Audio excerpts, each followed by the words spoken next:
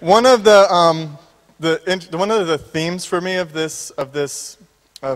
our time here is this idea of security through obscurity. Like if you saw the steam-powered telex machine, they're shutting that network down in January, and we're setting up a network to use it then too. So I like the idea that okay, they're shutting it down, nobody's paying attention, yeah, let's use that. So another thing, well, it's actually used quite a bit.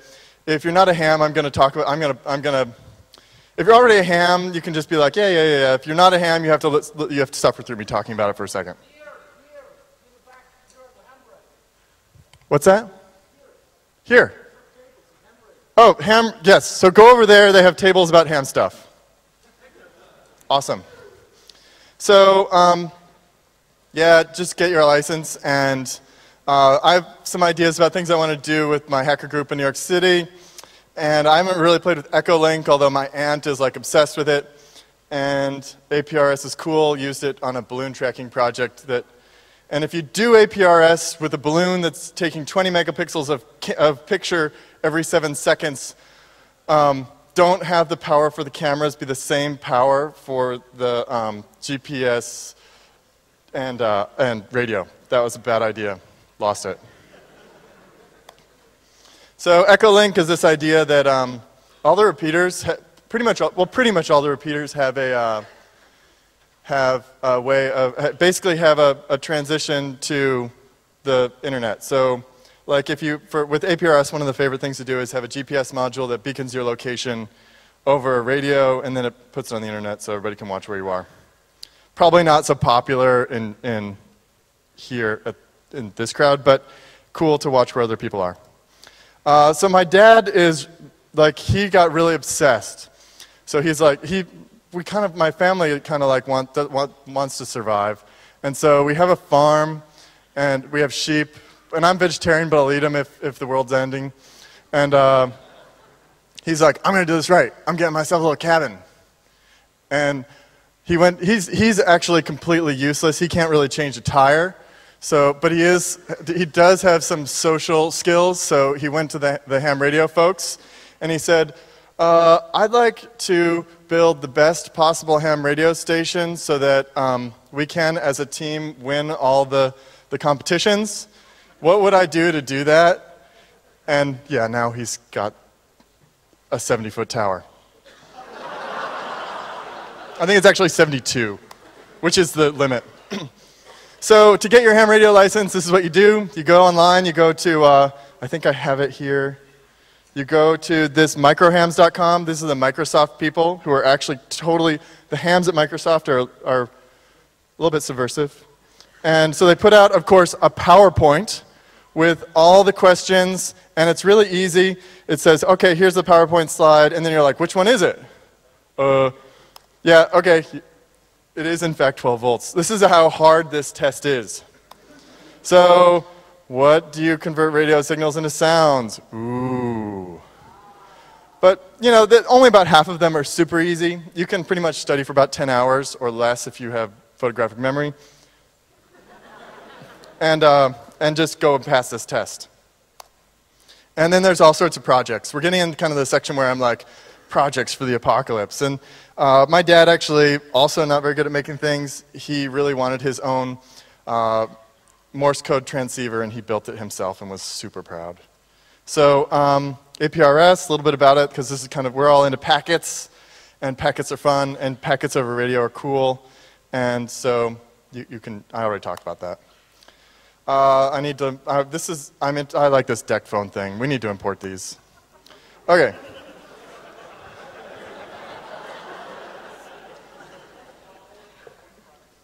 Okay, yeah.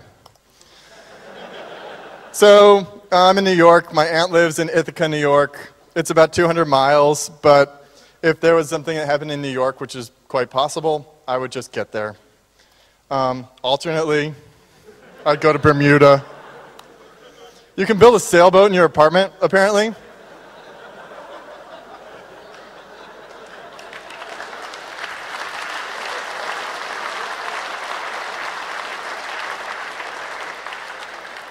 For the record, I didn't do these projects. I'm just showing you where they are on the internet. So the idea, yeah.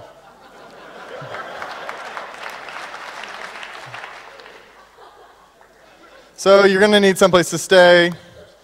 This is a really cool thing called an Atlas Europa sender. And the first version of this, I didn't find a picture of it, but the first version actually just has an 18-volt DeWalt drill.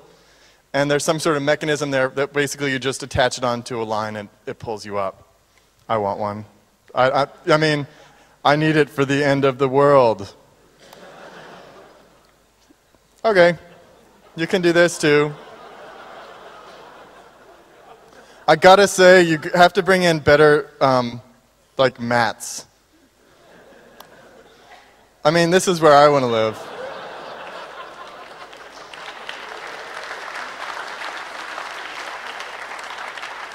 The Death Star treehouse. So you need food.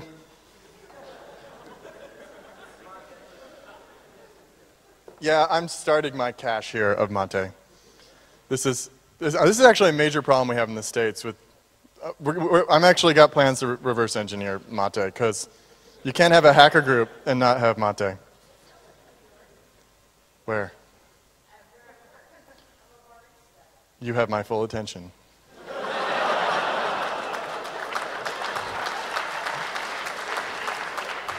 Okay, let's talk. Yes. Wow, you just made my day. Okay, so let's kind of be serious. How many could actually live with the food we've got for like a month? I mean, yeah. This is a cool project I found, and my favorite part of projects is actually the disclaimer. And I like this one. I mean, really, I like collect disclaimers. And this one is, one deep breath of pure ammonia gas will kill a human being. If you are not a mechanically inclined person who pays close attention to details, do not attempt to build one of these units.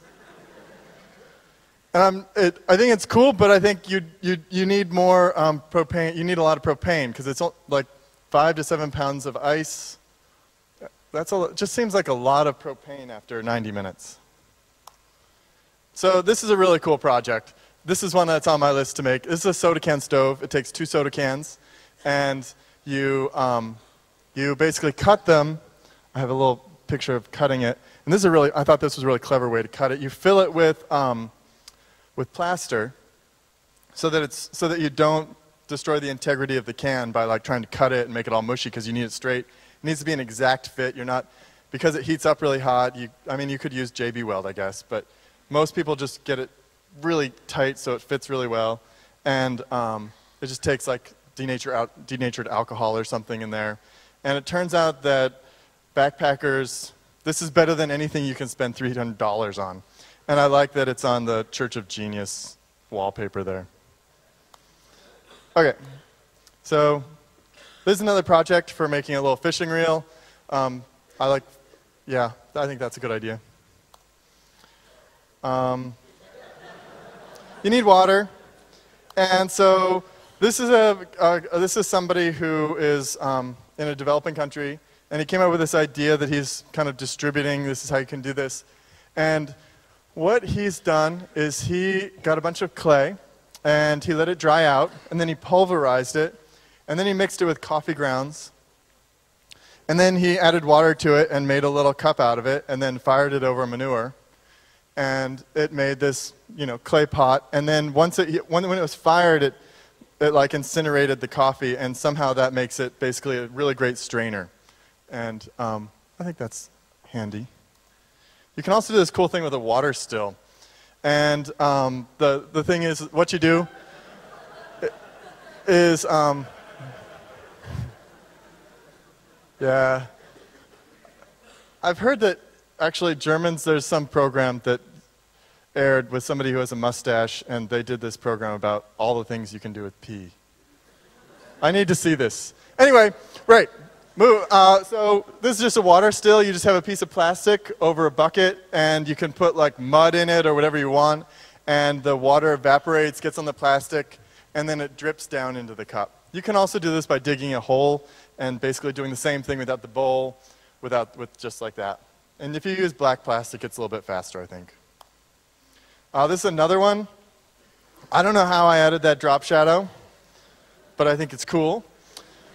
And this is, steam pressure pot. And interesting thing about this is I did some research on, this is a distiller. And it turns out, like moonshiners in the States, we had prohibition for a while, so all these people made their own alcohol. And one of the things that moonshiners would do is they'd distill the alcohol like 4 times, and when they would always test it on their dogs. And if their dogs went blind, that was bad.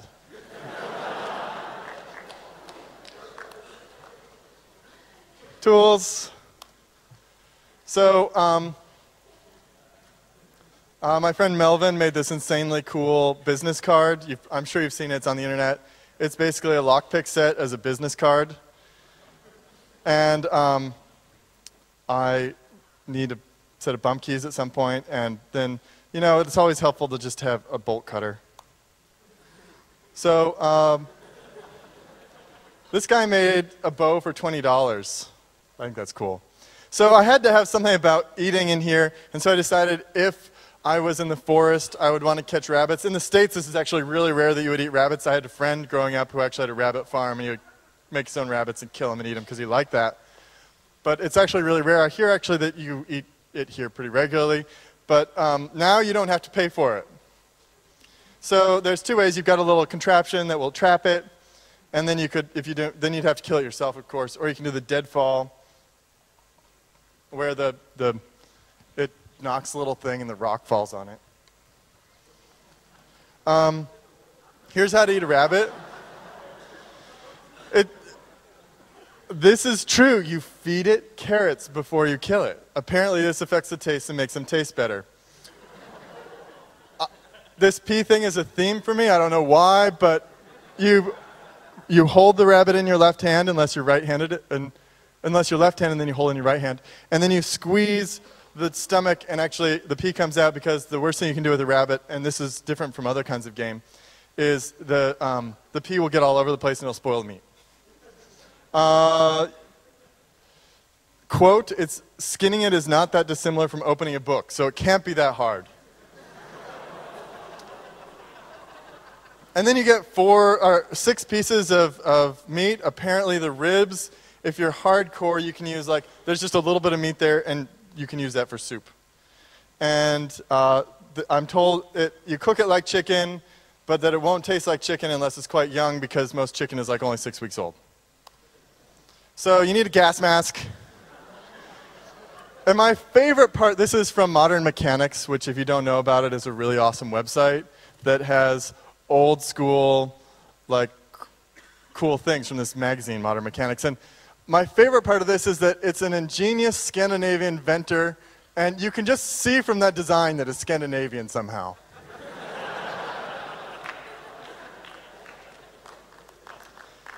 So there's this guy named Jake who's got the Steampunk Workshop. He isn't by chance here, is he? That would be really cool. Okay. Okay, cool.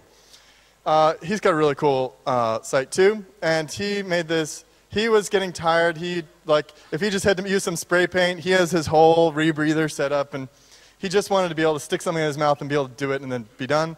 And so he made this little scuba respirator. He also made this insanely cool respirator, and this is using an automotive air filter, and then he's got a little fan and batteries in there. So I want one. What about the internets? This is actually, you're going to be disappointed because I don't have that much for you, but this is my biggest fear. What if I can't Twitter that it's the end of the world?